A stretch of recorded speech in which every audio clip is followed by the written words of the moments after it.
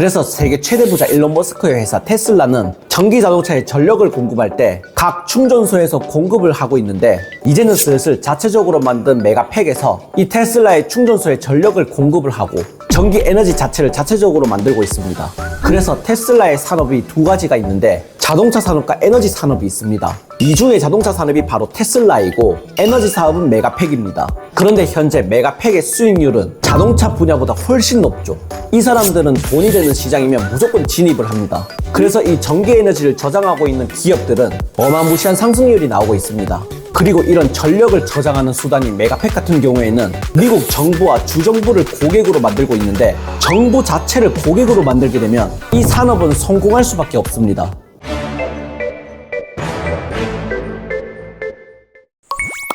네, 헌터 가족분들 반갑습니다. 최근 금 가격이 상승이 나오고 난 뒤에 은 가격도 미친 듯한 속도로 상승이 나오고 있습니다. 그 이유는 바로 제가 지난 영상에서도 말씀을 드렸다시피 안전자산에서 그나마 조금 위험한 자산으로 유동성이 공급이 된다고 말씀을 드렸죠. 그런데 은 같은 경우는 개인들뿐만 아니라 대기업들의 수요가 높아지고 있기 때문에 이렇게 상승분이 나와주고 있습니다. 왜냐하면 전기자동차라든지 배터리, 그리고 이제는 없어서는 안 될 AI 칩, 이런 곳에 전부 은이 들어가기 때문입니다. 지구상의 모든 광물 중에 은보다는 금이었죠. 그런데 사람들이 관심을 가지고 있지 않을 때 미리 조금씩 사모아야 빛을 발하는 겁니다. 오늘 아침에도 미국과 베네수엘라의 이슈로 인해 전 세계에서 가장 많은 원유를 보유하고 있는 베네수엘라의 수혜를 받을 기업들, 제가 정리해서 올려다 드렸죠. 이 부분 고정되어 있는 아래 링크 클릭하셔서 입장 문의 주시면 여러분들도 전부 볼 수가 있습니다. 다시 돌아와서 여러분, 전기는 실질적으로 에너지죠. 그렇다면 과거의 에너지는 뭐냐? 산업혁명 때는 석탄이었고, 그 다음에 자동차가 나오고 난 뒤에는 석유였고, 과거의 이라크 전쟁이라든지 현재 미국이 베네수엘라를 치려고 하는 이유들 전부 다 석유 때문입니다.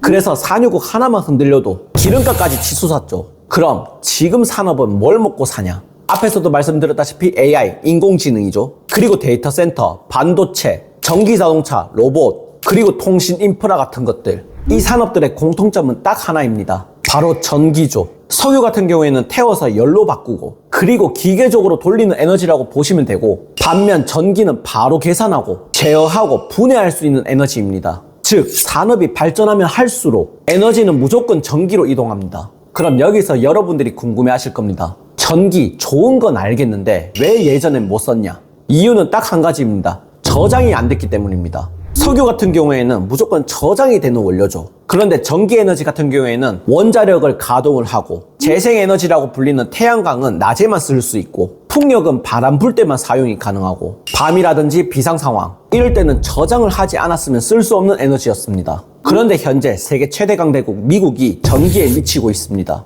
미국은 전기는 충분히 만들 수 있는데 저장이 안 되면 국가가 위험해진다는 판단을 내립니다. 그래서 지금 미국 정부는 전기를 친환경이 아니라 국가 전략 인프라로 분류를 하고 있죠. 전력망 안정이라든지 군사기지들이 자립으로 전력을 저장할 수 있고 블랙아웃을 방지하기 위해서입니다. 그래서 나온 게 에너지 저장 시스템이고, 그 중심에 있는 게 바로 테슬라의 메가팩이죠. 메가팩 같은 경우에는 제가 예전 영상에서도 말씀을 드렸었는데, 우리 개인이 가지고 있는 휴대용 배터리를 발전소급 장비로 만든 거라고 보시면 됩니다. 그래서 메가팩 같은 경우에는 재생에너지를 저장을 할 수가 있고, 원자력이라든지 석유 이런 것들을 쓰지 않고 전력을 만들어내는 것이라고 보시면 됩니다. 그리고 미국의 각 주들은 이 테슬라의 메가팩을 자체적으로 깔고 있습니다. 왜냐하면 전기에너지는 생산이 되자마자 써야 되고, 못 쓰면 버려지고, 저장을 안 하면 날아가 버립니다. 그런데 그 저장 방법이 바로 테슬라의 메가팩이라는 겁니다. 그래서 세계 최대 부자 일론 머스크의 회사 테슬라는 전기자동차에 전력을 공급할 때 각 충전소에서 공급을 하고 있는데, 이제는 슬슬 자체적으로 만든 메가팩에서 이 테슬라의 충전소에 전력을 공급을 하고 전기 에너지 자체를 자체적으로 만들고 있습니다. 그래서 테슬라의 산업이 두 가지가 있는데, 자동차 산업과 에너지 산업이 있습니다. 이 중에 자동차 산업이 바로 테슬라이고, 에너지 사업은 메가팩입니다. 그런데 현재 메가팩의 수익률은 자동차 분야보다 훨씬 높죠.